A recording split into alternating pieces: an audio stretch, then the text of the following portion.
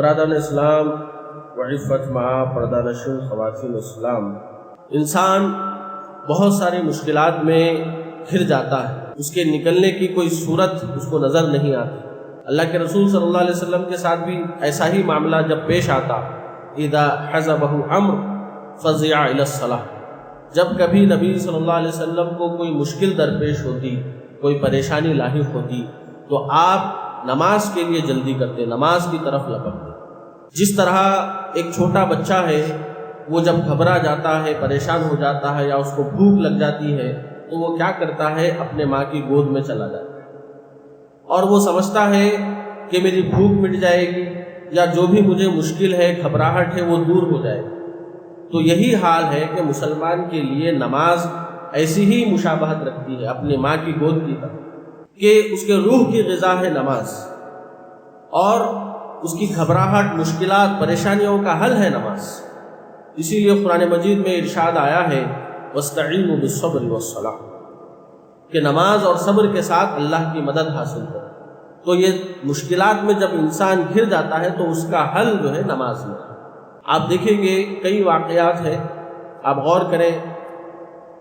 حضرت حذیفہ رضی اللہ عنہ بیان فرماتے ہیں کہ جنگ خندق کا موقع تھا، بہت سرد رات، بہت تاریک رات تھی، اور اللہ کے رسول صلی اللہ علیہ وسلم مجھے کہے کہ تم جاؤ اور جو کفار قریش ہے، جو مقابل جو فریق ہے، ان کے اندر کیا بات ہے، وہ جانا چاہ رہے ہیں یا جم کر ہم سے اور مقابلہ کرنا چاہ رہے ہیں، یہ جا کر معلوم کر کے آؤ۔ کیونکہ خندق کے اس طرف دشمن تھے سامنے کی طرف، اور پیچھے کی طرف یہودی بنو قریظہ، تو کہتے ہیں کہ ہمارے بال بچے محفوظ نہیں تھے، تو چاروں طرف سے مسلمان گھر چکے تھے، بہت جان کنی کا عالم تھا۔ اور اللہ کے رسول صلی اللہ علیہ وسلم مجھے یہ حکم کر رہے ہیں کہ جاؤ معلوم کر کے آؤ کہ دشمنوں کی صفوں میں کیا چل رہا ہے، وہ بھاگنا چاہ رہے ہیں یا ڈٹ کر مقابلہ کرنا چاہ رہے ہیں۔ اور میں لوگوں میں سب سے زیادہ کمزور تھا، اور رات بھی بہت تاریک تھی، لیکن اللہ کے رسول نے کہا تو میں چلنے کے لیے تیار ہو گیا۔ اللہ کے رسول صلی اللہ علیہ وسلم نے میرے حق میں دعا کی، تو میں گیا ان کی صفوں میں جا کر دیکھنا، تو الرحیل الرحیل ہر کوئی کہہ رہا تھا، یعنی کہ واپس چلو، یہاں سے بھاگ نکلو، کیونکہ وہ رات ایسی سرد رات تھی، اور اوپر سے اتنی تیز و تند آندھی چل رہی تھی کہ بڑے بڑے پتھر اڑ کر گر رہے تھے، اور ان کے جو خیمے تھے وہ اکھڑ رہے تھے، تو وہاں سے بھاگنے کے لیے وہ کوشش کر رہے تھے۔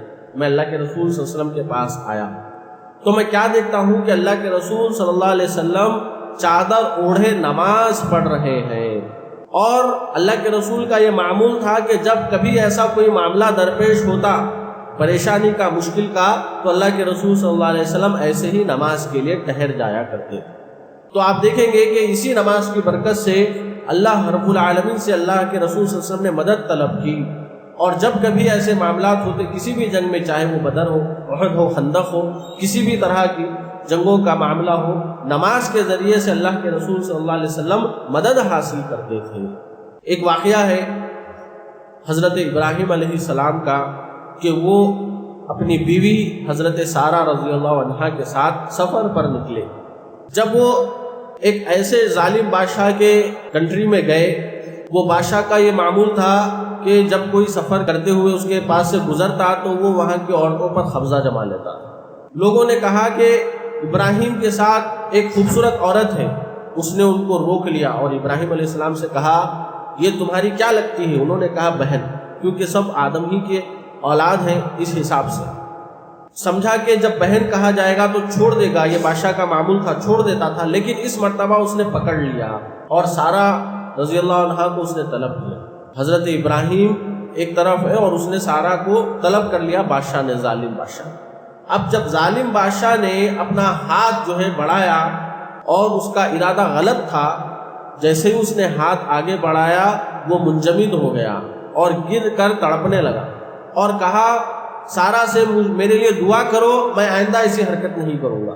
سارہ رضی اللہ عنہا نے دعا کی، وہ ٹھیک ہو گیا، ٹھہر گیا، لیکن پھر اپنا ہاتھ غلط ارادے سے آگے کرنے لگا، تو پھر سے سارہ رضی اللہ عنہا نے دعا کی تو وہ پھر منجمد ہو گیا اور گر کر تڑپنے لگا۔ اس نے کہا نہیں میں آئندہ سے ایسا نہیں کروں گا، میرے لیے دعا کریں۔ اس نے دعا کی، وہ ٹھہر گیا اور کیا کیا کہ ایک باندی کو جس کا نام ہاجرہ ہے وہ ان کو دے دیا کہ جاؤ تم آزاد ہو، یہ گفٹ کے طور پہ باندی لے کے چلو۔ تو جب سارا رضی اللہ عنہ واپس آتی ہے تو کیا دیکھتی ہے کہ حضرت ابراہیم علیہ السلام نماز کے لیے ٹھہرے ہوئے، وہ اپنی بیوی کی حفاظت کے لیے، جب ان کا بس نہیں چل رہا تھا، ایک ظالم بادشاہ ہے، ایک آدھ آدمی ہوتا تو الگ بات تھی، ایک بادشاہ ہے، اس سے کیسے لڑ سکتے ہیں؟ ابراہیم علیہ السلام نے مدد کے لیے نماز کا سہارا لیا اور اللہ رب العالمین کی مدد آ گئی۔ اس طرح یعنی کہ اپنی حفاظت کے لیے ہو، اپنے بال بچوں کی حفاظت کے لیے ہو یا قوم کی حفاظت کے لیے ہو، نماز ایک بہت بڑا سہارا ہے، اللہ رب العالمین سے قرب ہونے کا ذریعہ ہے کہ بندہ نماز کے ذریعے سے کیا کرتا ہے؟ اپنے رب سے گفتگو کرتا ہے، اپنے رب سے بہت زیادہ قریب ہو جاتا ہے، بے انتہا قریب ہو جاتا ہے۔ اب بندہ جب اتنا زیادہ اپنے رب کے حضور ٹھہر جاتا ہے ہاتھ باندھ کر، اس کے سامنے رکوع اور سجدے کرتا ہے اور دعائیں کرتا ہے، تو اللہ رب العالمین کی مدد اس کے شامل حال ہو جاتی ہے۔ برادران اسلام، کس طرح بندے اللہ سے مدد طلب کرنے کے لیے نماز کا سہارا لیے، اگر ہم یہ جان لیں تو ہم پھر نماز کے بہت زیادہ شوقین ہو جائیں۔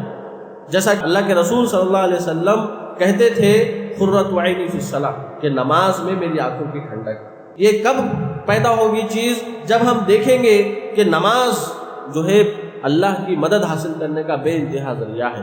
جب ہم دیکھیں گے تو واقعتاً ہمارا جو ہے سکون کا ذریعہ، آنکھوں کی ٹھنڈک نماز ہو جائے گی۔ آپ دیکھیں گے کہ کئی واقعات ایسے ہیں کہ بندوں نے اللہ سے مدد طلب کرنے کے لیے نماز کا سہارا لیا۔ ایک جریج بول کے بنی اسرائیل کا ایک صالح عابد شخص تھا، وہ واقعہ تفصیلی بہت لمبا واقعہ ہے، آخری حصہ یہ ہے کہ جب اس کی قوم نے الزام لگا دیا جریج پر، سب نے الزام لگا دیا کہ اوپر سے تو عابد بنا پھرتا ہے لیکن اندر سے دیکھو بدکار شخص ہے، کیونکہ ایک بدکار عورت نے اس کا جو بچہ ہے کہا کہ اس کا باپ یہ جریج ہے، یہ الزام لگا دیا تھا۔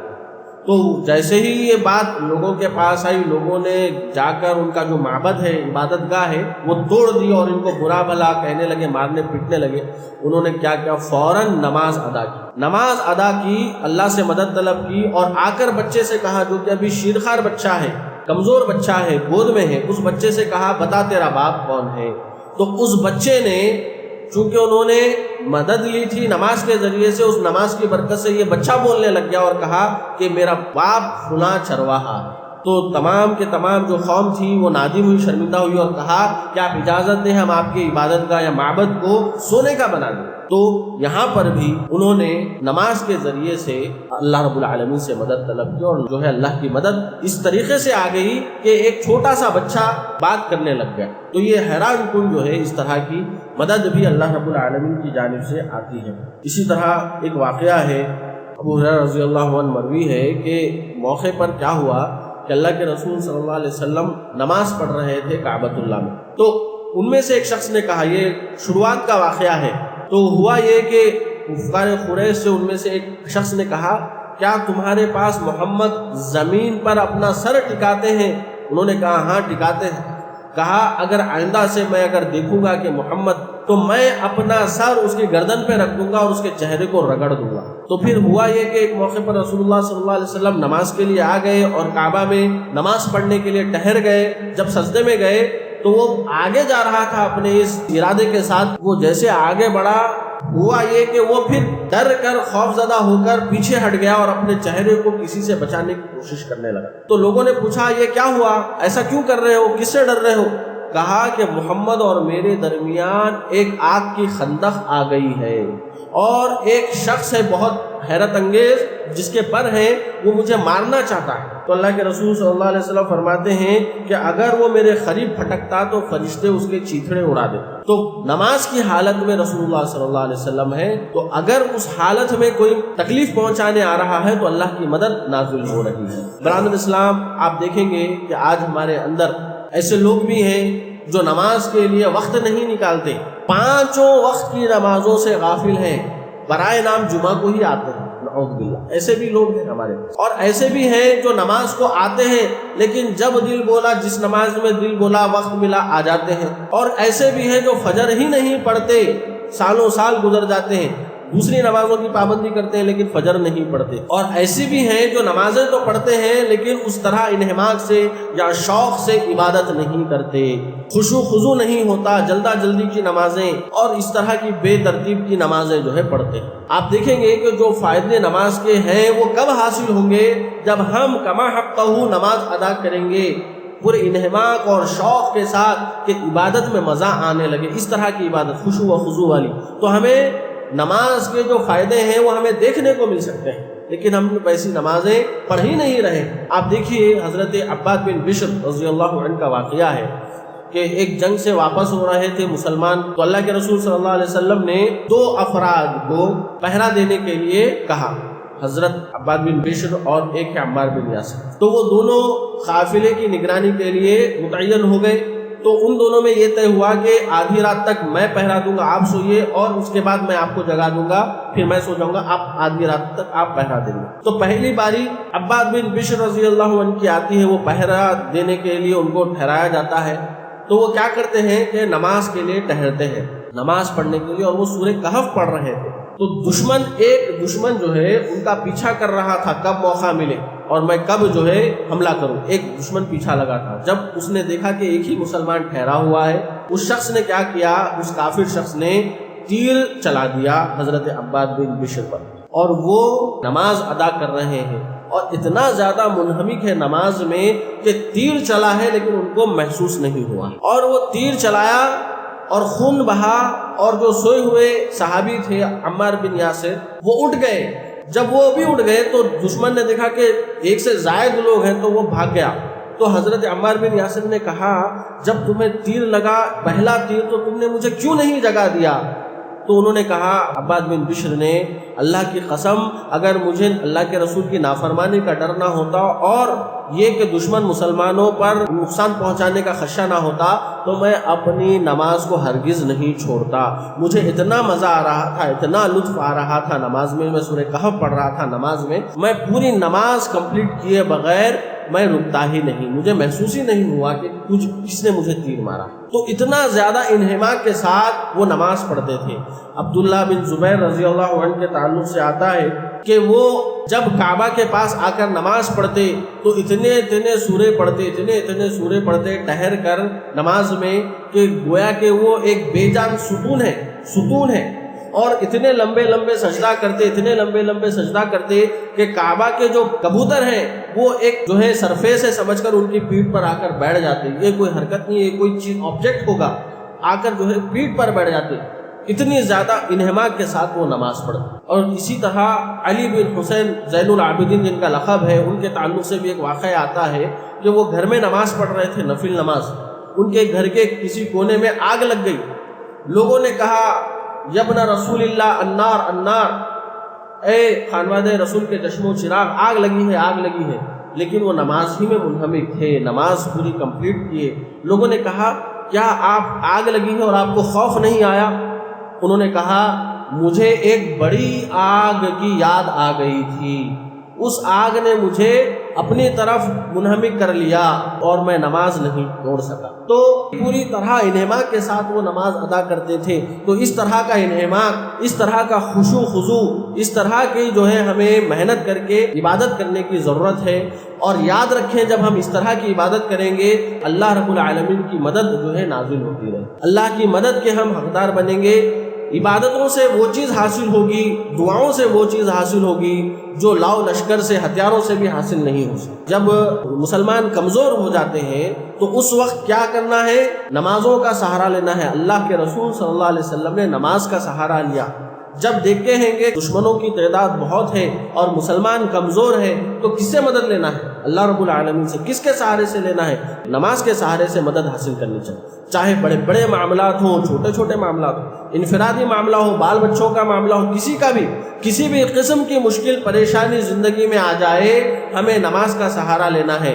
صلاۃ حاجہ کہا گیا، کسی چیز کی ضرورت پیش آ جاتی ہے تو صلاۃ حاجہ 2 رکعت نماز پڑھنا ہے، جس کی وجہ سے کہ ہم اللہ سے مدد مانگ سکیں، جس وجہ سے کہ اس پریشانی کو دور کرنے کی اللہ سے مدد مانگ سکیں۔ صلاۃ حاجہ کی وجہ سے اللہ رب العالمین مصیبتوں کو دور کر دیتا ہے، اللہ رب العالمین کی مدد جو ہے نازل ہو جاتی ہے۔ تو ہم تہیہ کریں اور ارادہ کریں کہ انشاءاللہ جو نمازیں اللہ رب العالمین نے فرض کی ہیں، اس کے علاوہ جو نوافل ہیں، اس کا ہم اہتمام کریں گے اور توفیق طلب کریں اللہ رب العالمین سے کہ اللہ رب العالمین ہمیں نمازوں کا پابند بنائیں، خشوع خضوع کے ساتھ نماز ادا کرنے کی ہمیں توفیق عنایت فرمائیں، جب تک رکھے اسلام پر قائم رکھے، خاتمہ ایمان کی حالت میں فرمائیں، آمین۔ اقول قولی ھذا استغفر اللہ لی ولکم ولسائر المسلمین من الذنب فاستغفروه انه هو الغفور الرحیم۔